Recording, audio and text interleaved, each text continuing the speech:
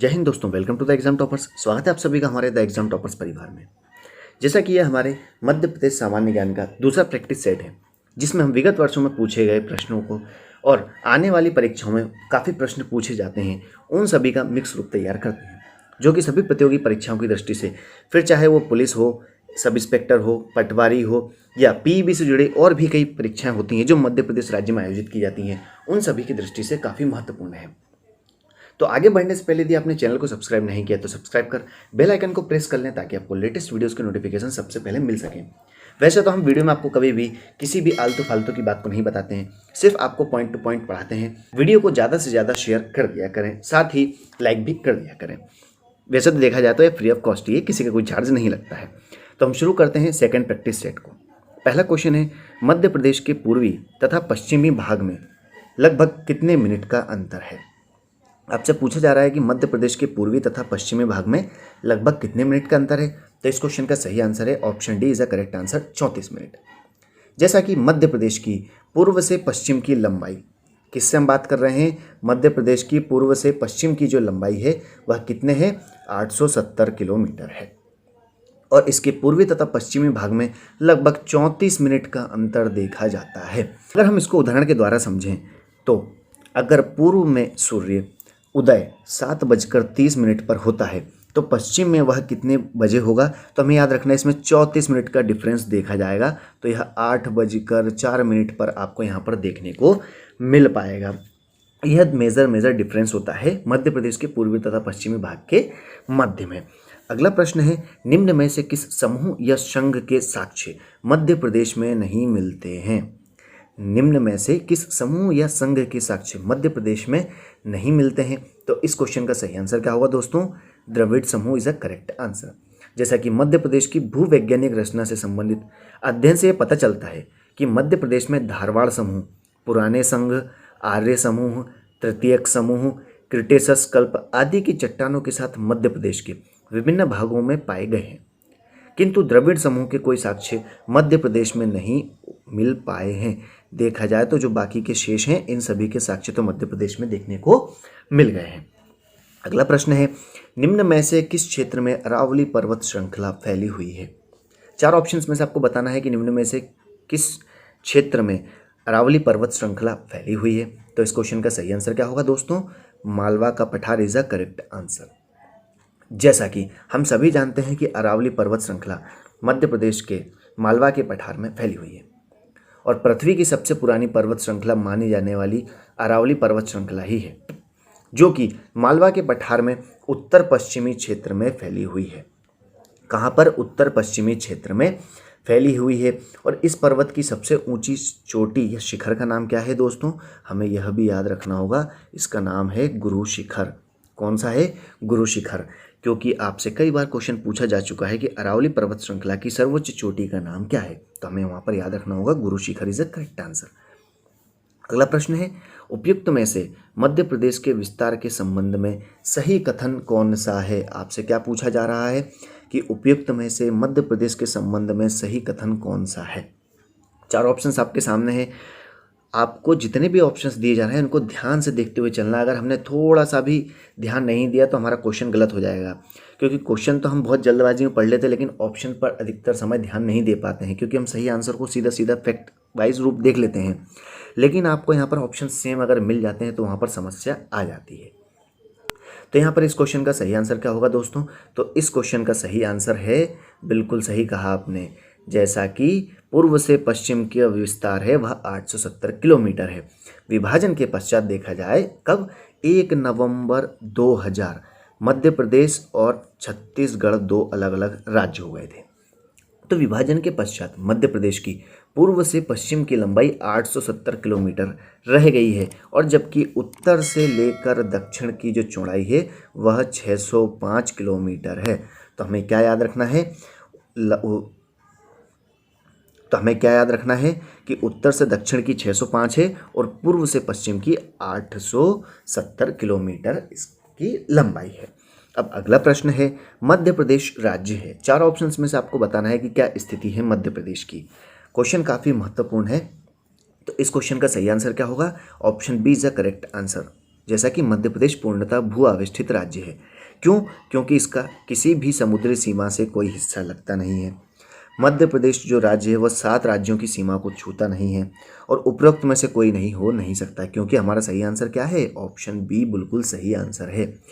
मध्य प्रदेश देखा जाए तो पूरी तरह से भू आवेष्टित राज्य ही है और इसकी सीमा न तो किसी समुद्र को छूती है और ना ही किसी अंतर्राष्ट्रीय सीमा को छूती है। अब बात करें कि मध्य प्रदेश राज्य की सीमा कितने राज्यों को छूती है, तो यह 5 राज्यों को टच करती है। और मध्य प्रदेश के अलावा हरियाणा, छत्तीसगढ़ और झारखंड ये राज्य भी ऐसे हैं जो कि पूर्णतः भू आवेष्टित राज्य हैं। हमें याद रखना है कि मध्य प्रदेश के अलावा कौन कौन से हैं? हरियाणा, छत्तीसगढ़ और झारखंड, ये 3 ऐसे राज्य हैं जो कि मध्य प्रदेश के अलावा पूर्णतः भू आवेष्टित राज्य माने जाते हैं। अगले प्रश्न की ओर बढ़ते हैं।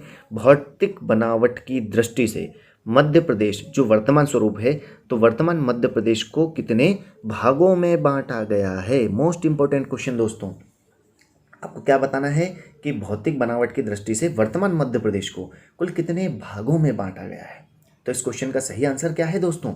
इस क्वेश्चन का सही आंसर होगा option B is the correct answer 7।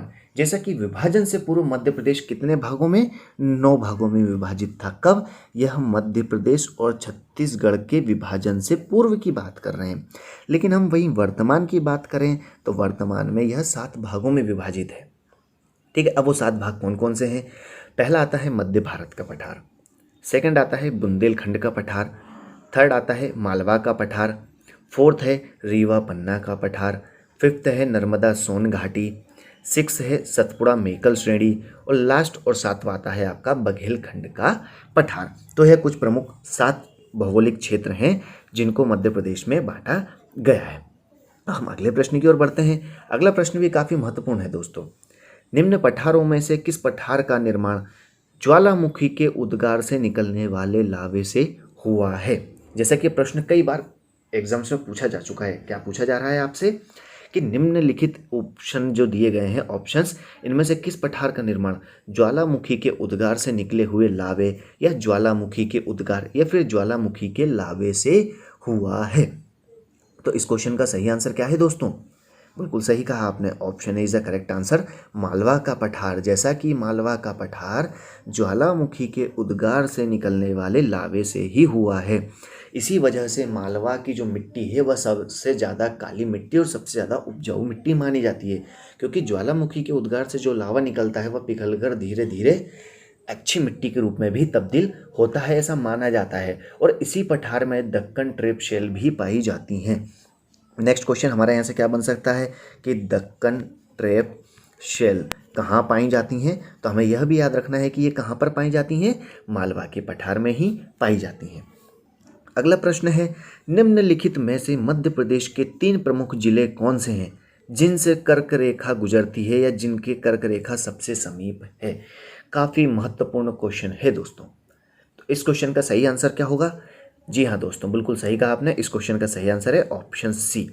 जैसा कि हम 4 ऑप्शंस आपको बताने में फोकट का समय व्यर्थ नहीं करते हैं, सीधा सीधा आपको क्वेश्चन बताया जा रहा है। आप भी अपने आंसर कमेंट बॉक्स में देते चलें, क्योंकि आपको स्क्रीन पर 4 ऑप्शंस दिख रहे हैं। चाहे तो हम क्वेश्चन देख के तुरंत अपना आंसर फिल कर सकते हैं, तो इसलिए मैं सीधा सीधा आंसर मैं आपको बताते जा रहा हूँ। ऑप्शन सी यहाँ पर करेक्ट आंसर होगा। जैसा कि कर्क रेखा मध्य प्रदेश से गुजरती है, यह बात तो हम सभी जानते हैं, और यह मध्य प्रदेश के महाकाल मंदिर, विश्व प्रसिद्ध महाकाल मंदिर के ठीक ऊपर से गुजरती है।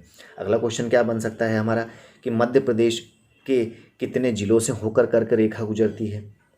महाकाल का मंदिर किस जिले में स्थित है? कर्क रेखा किस राज्य से होकर गुजरती है या कर्क रेखा किस राज्य से होकर नहीं गुजरती है? तो ये बहुत सारे ऐसे क्वेश्चन हैं जो बन सकते हैं।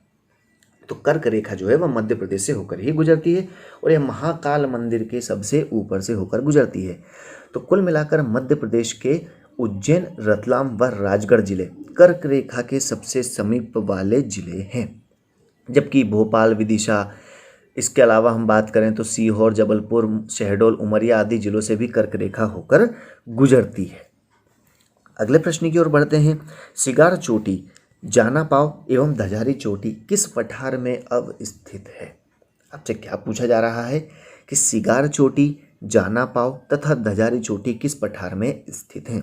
आपके यहाँ पर 3 अलग अलग क्वेश्चन भी बन रहे हैं, लेकिन आपको यहाँ पर तीनों को मिलाकर एक क्वेश्चन बताया जा रहा है। तो इस क्वेश्चन का सही आंसर क्या होगा दोस्तों? बिल्कुल सही कहा आपने, इस क्वेश्चन का सही आंसर है ऑप्शन डी, इनमें से कोई नहीं, क्योंकि सही आंसर तो इनमें आपको बताया ही नहीं गया है। लेकिन सही आंसर क्या है दोस्तों? सही आंसर है मालवा का पठार। कौन सा? मालवा का पठार यहाँ पर बिल्कुल सही आंसर होगा।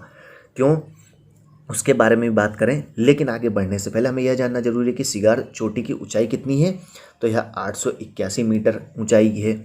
जाना पाव की बात करें तो यह 854 मीटर ऊंची है। और धजारी चोटी कितने? 810 मीटर ऊंची है। ये तो हमने तीनों की ऊंचाई की बात कर ली।